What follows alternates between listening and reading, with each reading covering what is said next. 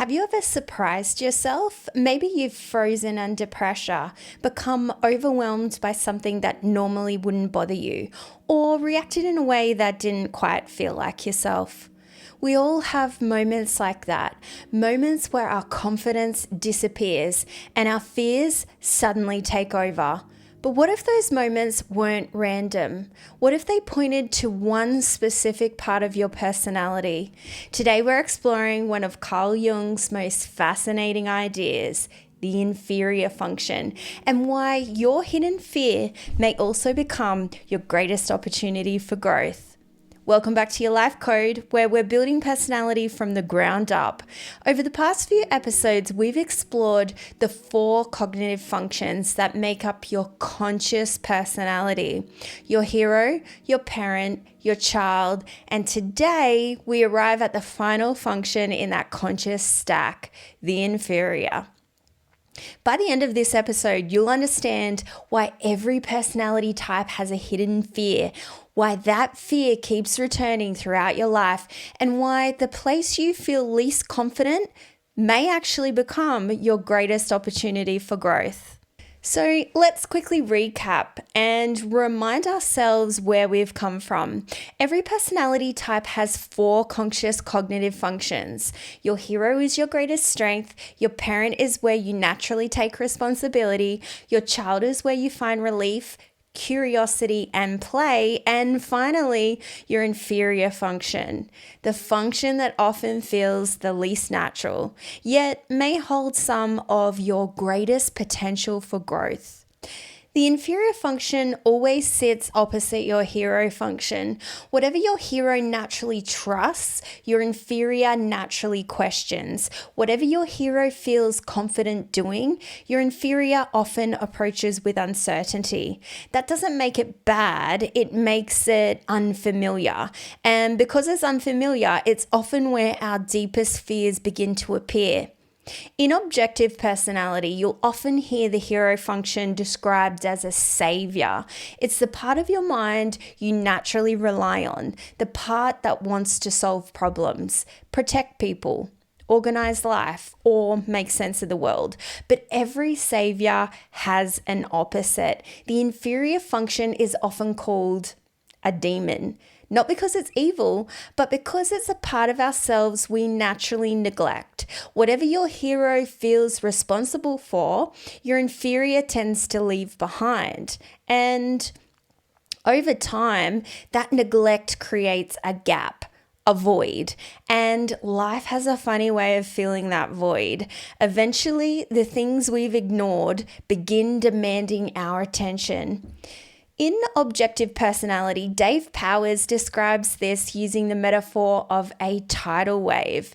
You can ignore the ocean for a while, but eventually the wave arrives. It forces you to deal with the very area of life you've been avoiding.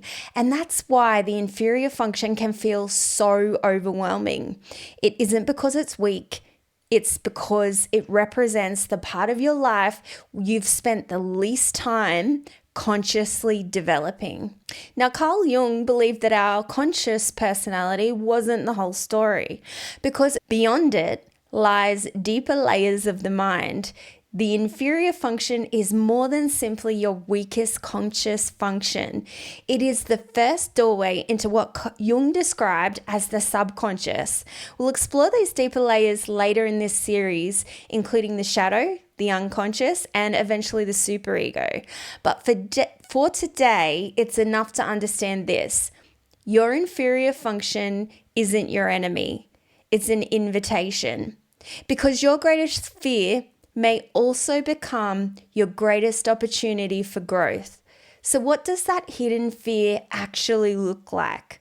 Let's explore 4 different personality types, 4 different hidden fears. Although every personality type has an inferior function, the fear it creates is not the same for everyone. It depends entirely on which cognitive function sits in that 4th position. Let's look at 4 very different personalities. An INTJ leads with introverted intuition, or NI. Their hero naturally focuses on patterns, future outcomes, and seeing where things are heading. But sitting opposite that hero is extroverted sensing, or SE, the inferior function.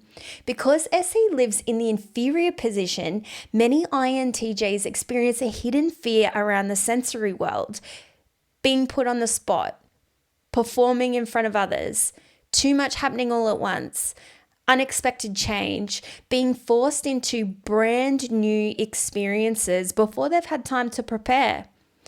In objective personality, this is where the tidal wave often appears. Life suddenly demands immediate action. Plans change, the unexpected happens, the present moment takes over, and the very thing they've spent years trying to predict can no longer be controlled. Yet, this is also where growth begins. As healthy INTJs develop, they gradually learn to trust real-world experience. Not everything needs to be perfectly predicted. Sometimes growth begins by stepping into the unknown. Now let's look at an ENFP. Their hero is extroverted intuition, or NE. They naturally explore possibilities, ideas, connections, new experiences. But opposite that hero sits introverted sensing, or SI, their inferior function. Because of this, many ENFPs carry a hidden fear of becoming weak, restricted, or trapped by life's practical responsibilities. At first, those responsibilities seem easy to ignore. The dishes can wait. The paperwork can wait. The tax return can wait. Organization can wait. Until one day, it can't. This is another version of the objective personality tidal wave. The little things that were ignored have quietly grown into something much bigger. And suddenly, the lack of order demands attention. Yet this is also where growth begins. As ENFPs mature, they discover that routines don't limit freedom. Strong foundations actually create more freedom. The life they dream about becomes possible because they've learned to build it. Let's look at an ISFJ. Their hero is introverted sensing, or SI. They naturally trust what has proven itself over time. Experience, stability, reliability. They value what is familiar and dependable, but sitting opposite that hero is extroverted intuition, or NE, their inferior function. Because of this, many ISFJs experience a hidden fear around uncertainty, the unknown, unexpected possibilities, and sometimes the intentions of other people. When life begins challenging long-held beliefs or familiar routines suddenly disappear, the mind can start imagining every possible outcome. What if everything changes? Well, what if I was wrong? What if people aren't who I thought they were? In objective personality, this can become another kind of tidal wave. Life no longer feels predictable. The familiar no longer feels safe, and possibilities that once seemed exciting to others can feel deeply unsettling. Yet this is also where growth begins. As healthy ISFJs develop, they gradually learn that uncertainty isn't always something to fear. Sometimes the greatest opportunities arrive disguised as change. Finally, let's look at an ENTJ. Their hero is extroverted thinking, or TE. They naturally organize, lead, solve problems, and move efficiently towards goals. But opposite that hero is introverted feeling, or FI, their inferior function. Because of this, Many ENTJs carry a hidden fear that they're somehow not good enough, or worse, that they might actually be a bad person. Most of the time, those personal feelings stay quietly in the background. The focus remains on getting things done, solving the next problem, helping the tribe move forward. But when enough emotional pressure builds, the tidal wave can arrive. Suddenly, the feelings they've ignored refuse to stay hidden. Small criticisms feel deeply personal. Emotions become overwhelming. They may react impulsively, seek immediate gratification, or make decisions driven more by emotion than logic. For someone who normally feels so composed, this can be incredibly confusing. Yet this is also where growth begins. As healthy ENTJs develop, they learn that strength isn't only about competence. It's also about understanding themselves, because real leadership doesn't come from ignoring your feelings. It comes from learning and leaning into them, but learning to understand them. Although these 4 personality types look very different on the surface, they're all experiencing the same underlying pattern. Your hero naturally takes responsibility for one side of life. Your inferior naturally leaves the opposite side unattended. Over time, the neglected area creates a void, and eventually life asks us to pay attention. The tidal wave is not punishment. It isn't failure. It's simply life reminding us that we've ignored an important part of ourselves. And when we begin engaging with that inferior function, something remarkable starts to happen. The very place that once felt like our greatest weakness becomes one of our greatest opportunities for growth.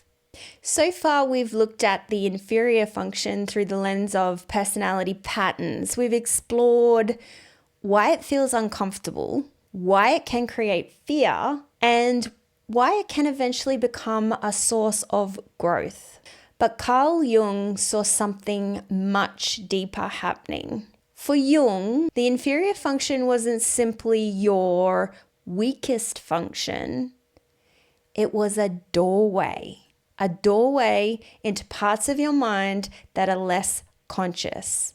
When we talk about personality, we often focus on the parts of ourselves we recognize, the things we naturally do, the ways we solve problems, the ways we interact with the world. This is the conscious personality. But Jung believed that beneath our conscious awareness, there are deeper layers of the psyche, parts of ourselves that influence us even when we don't fully recognize them. The inferior function sits at the edge of this awareness. It is the bridge between what we know about ourselves and what we are still discovering. This is why the inferior function is such a fascinating part of personality. The things that trigger us, the things we avoid, the things that make us feel vulnerable, often reveal something important about ourselves. The inferior is uncomfortable because it asks us to develop a part of ourselves that doesn't come naturally. But that discomfort is also where transformation happens. Growth rarely comes from staying only inside our strengths. It comes from expanding beyond them. And this is where the journey gets even more interesting, because your hero, parent, child, and inferior are only the beginning of the story. There are deeper dynamics beneath the surface. In Jungian depth psychology, these are explored through the deeper sides of the mind, including the shadow, which is the unconscious, and the superego. The inferior is the first doorway, but it isn't the last. Before we explore these deeper layers, we need to answer one important question. We've spent the last few episodes looking at 4 individual functions, but how do they work together? How does your hero your parent, your child, and your inferior combine to create a complete personality. Because personality isn't one function acting alone. It's a system, a pattern, a unique combination of strengths, responsibilities, comforts, and challenges. And that's what we'll explore next, how 4 cognitive functions become your complete personality type. I'll see you in episode 10.